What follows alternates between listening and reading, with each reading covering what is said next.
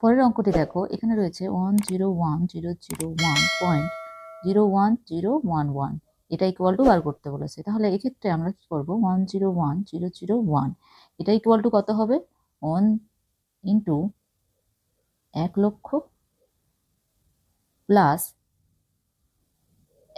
1 into 1,000 plus 1 into 1, তাই তো। এরপর 0.01011 এটা ইকুয়াল টু কত হয়ে যাবে, এখানে 1 রয়েছে তাহলে এটা হয়ে যাবে দশমিকের পরে এটি 1 রয়েছে, তাহলে 1/100 প্লাস তারপরে 1 রয়েছে এখানে, তাহলে এটি হয়ে যাবে 1/10,000 প্লাস হয়ে যাবে নিচে 1/1 দিয়ে 5টি শূন্য, মানে হচ্ছে 1,00,000। ঠিক আছে, এরপর 101,001 প্লাস 0.01011 ইকুয়াল টু হয়ে যায় কত, 101,001.01011, তাই তো। তাহলে এই দুটির মানও আমরা যোগ করে দেব, তাহলে মানগুলো যোগ করে দিলে হয়ে যাবে 1/1,00,000 প্লাস 1/10,000 প্লাস 1/100 প্লাস 1 প্লাস হচ্ছে 1,000 প্লাস 1,00,000, তার অপশন সি হচ্ছে অ্যান্সার। পরের অঙ্কটি দেখো, এখানে বলেছে একজন ঝাড়ুদার এই চুক্তিতে নিযুক্ত হলো যে যেদিন সে কাজ করবে সেদিনের মজুরি 50 টাকা করে পাবে, কিন্তু যেদিন সে অনুপস্থিত থাকবে সেদিন মজুরি তো পাবেই না, বরং 10 টাকা করে জরিমানা দিতে হবে। 30 দিন পর সে 1140 টাকা পেল, সে কতদিন অনুপস্থিত ছিল। তাহলে এক্ষেত্রে সে ধরি যে উপস্থিত ছিল এক্স দিন এবং অনুপস্থিত ছিল ওয়াই দিন। এবার তাহলে টোটাল সে কাজ করেছে, উপস্থিত এবং অনুপস্থিত মিলিয়ে সে টোটাল কাজ করেছে 30 দিন। তাহলে x plus y equal to 30, এটি হচ্ছে 1 নম্বর সমীকরণ। এরপর সে এক্স দিন কাজ করেছিল, প্রতিদিন তাকে 50 টাকা করে দেওয়া হচ্ছিল, তাহলে একদিনে দেওয়া হচ্ছে 50 টাকা, তাহলে এক্স দিন সে কাজ করেছিল, তাহলে পাবে সে 50x টাকা, তাই তো। এবং ওয়াই দিন সে অনুপস্থিত ছিল, তাহলে ওয়াই দিন অনুপস্থিতিতে 10 টাকা করে জরিমানা লাগবে।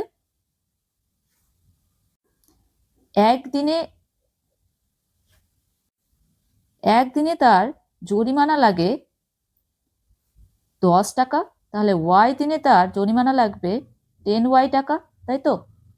তাহলে এই 50x থেকে যদি আমরা 10x বাদ দিয়ে দিই, তাহলে সেই টাকাই হচ্ছে 1140 টাকা, তাই তো। তাহলে এটি হচ্ছে 2 নম্বর সমীকরণ। আচ্ছা, এখানে দেখো 1 নম্বর সমীকরণ থেকে আমরা x এর মান বার করে নিতে পারি, তাহলে হয়ে যাবে x ইকুয়াল টু 30 - y, এবং 30 - y 2 নম্বর সমীকরণে আমরা বসিয়ে দেবো x এর মান। তাহলে 50 ইন্টু হয়ে যাবে 30 - y minus 10y equal to 1140, তাহলে হয়ে যাচ্ছে 1500 minus 50y minus 10y equal to 1140, তাহলে হচ্ছে মাইনাস 60y। আচ্ছা, শুধু 60y লিখে নিচ্ছি। আচ্ছা, 60y ইকুয়াল টু হচ্ছে 1500 মাইনাস 1140 ইকুয়াল টু হয়ে যাচ্ছে 360, তাহলে y ইকুয়াল টু হয়ে যাচ্ছে 360/60 ইকুয়াল টু হয়ে যাচ্ছে 6।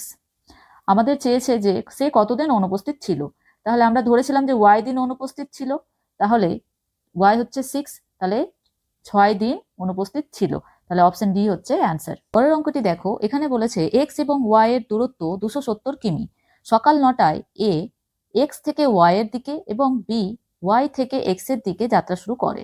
যদি a এবং b এর গতিবেগ যথাক্রমে ঘন্টায় 50 কিমি এবং ঘন্টায় 40 কিমি হয়, তবে কখন তাদের সাক্ষাৎ হবে।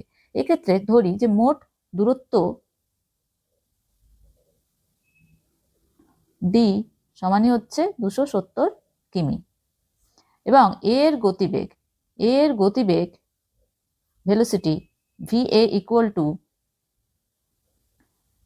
50 কিলোমিটার পার আওয়ার, এবং b এর গতিবেগ vb equal to 40 kilometre per hour. তাহলে এ এবং বি একে অপরের দিকে যাত্রা করছে, তাদের আপেক্ষিক গতিবেগ হবে তাদের গতিবেগের যোগফল।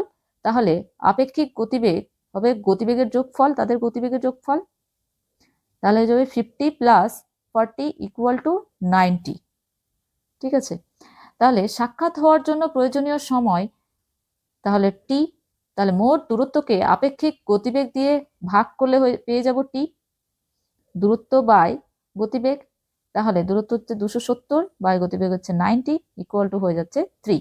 তাহলে তাদের সাক্ষাৎ হতে 3 ঘন্টা সময় লাগবে। তাহলে 9টার সময় তারা বেরিয়েছিল, তাই তো, সকাল 9টায় তারা যাত্রা শুরু করেছিল।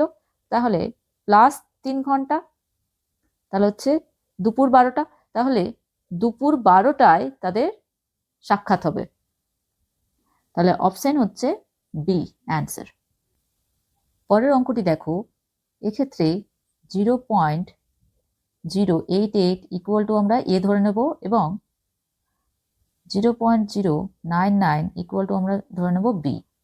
এরপর তাহলে অঙ্কটি হবে a square minus 5a by 3a minus 4b into 9a square minus 16b square by a square minus 5 square divided by 3a square plus 4ba by ab plus 5b equal to হবে এখানে a common নিয়ে নিলাম, তাহলে হয়ে যাবে a minus 5 by 3a minus 4b into এখানে হয়ে যাবে এটা a স্কোয়ার মাইনাস 5 স্কোয়ার রয়েছে, তাহলে a plus b into a minus b আকারে লিখে নেব।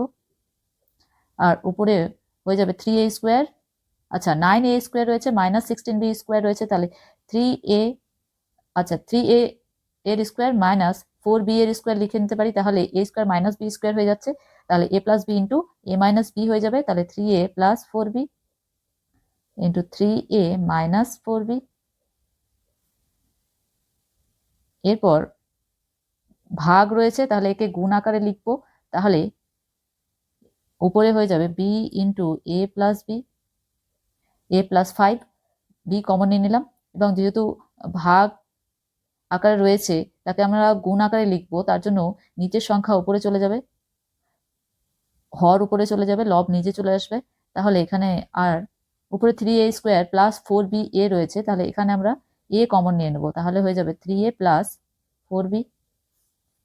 আচ্ছা এরপর কাটাকাটি যাবে,